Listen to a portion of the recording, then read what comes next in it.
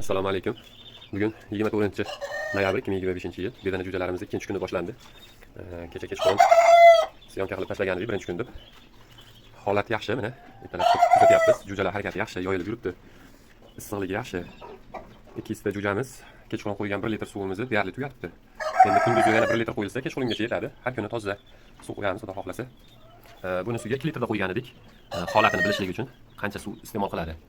Birinchi kunda xudo xohlasa mana 2 litr suvdan, kechqurun qo'ygan suvdan yarmi ketibdi 1 litri. Demak, biz suv uzilmasligi uchun endi 2 litrli suvni 2 ta jo'jaga qo'ysak, boshlanishiga bemalol yetar ekan, keyingisini alishtirganimizgacha. Ozuqalari hali bor ekan. Buni endi olib har kuni ertalab, kechqurun qarab turamiz. Ichida tuproqlari bo'lishi mumkin, boshqa har xil axlatlari tushishi mumkin. Har kuni ertalab yangilaymiz, buni elakdan o'tkazib yuboramiz. Donni o'zi qolaveradi, yangi don solaveramiz yana ustiga qo'shib. Hop, issiqlik darajasini kecha 37 ga 37,5 qo'ygan edik. Hozir esimda yo'q, men keyin 35,5 ga 36 qo'ydim. Aytdimmi yo'qmi? Shunga yana bir eslatma uchun aytib ketyapman. Bu broder uchun 35 ga 36 birinchi kunlik uchun ham yetyapti issiqlik. Sababi bemalol jo'jalar harakatlanishi yaxshi. Endi ertadan boshlab kuniga 1 gradusdan pastlab boramiz. Hozircha yaxshi. Endi suvlar qaynatib qo'ydik, yana sovisa yana qo'yamiz, xudo xohlasa. Donlarni endi hozir alishtirib qo'yaman. Holat shu. Endi kechqurunga yana bir syomka qilamiz. Nobud bo'lish jarayonlari hozircha kuzatilgani yo'q. Bitta ikkita o'sha nogironroq chala tug'ilganlari bor edi, o'sha ochib chiqqan bitta ikkitasi nobud bo'libdi. Bunisi broderimizda yo'q ekan. Birinchi kategoriyada bunaqangi kuzatilmabdi.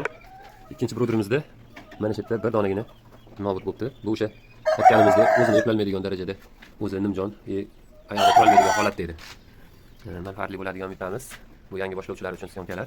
Endi mutaxassislar o'zi qana boqishni yaxshi bilishadi.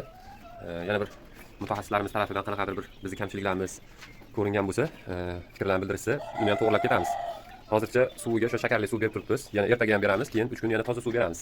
Bularni ham jarayon davomida video syomka qilib tashlashga harakat qilamiz. Holatlari yaxshi. Kimda qanaqangi fikrlar bo'lsa, biz bilmagan yo bir savollar bo'lsa, aytsa biz xursand bo'lamiz. Bizga ham tajriba bo'ladi. Maslahatlar qilamiz. Kimgadir broder yoki jo'ja kerak bo'lsa, istalgan ob'yomda harakat qilib beramiz. O'zimizda bo'lmasa ham shug'ullanadigan tanish bilishlarimiz ham bor. O'zimiz imkoniyat darajamiz hozirgi kunda bedana jo'jasiga 30 mingtagacha broder holati zakaz asosida yasab beramiz.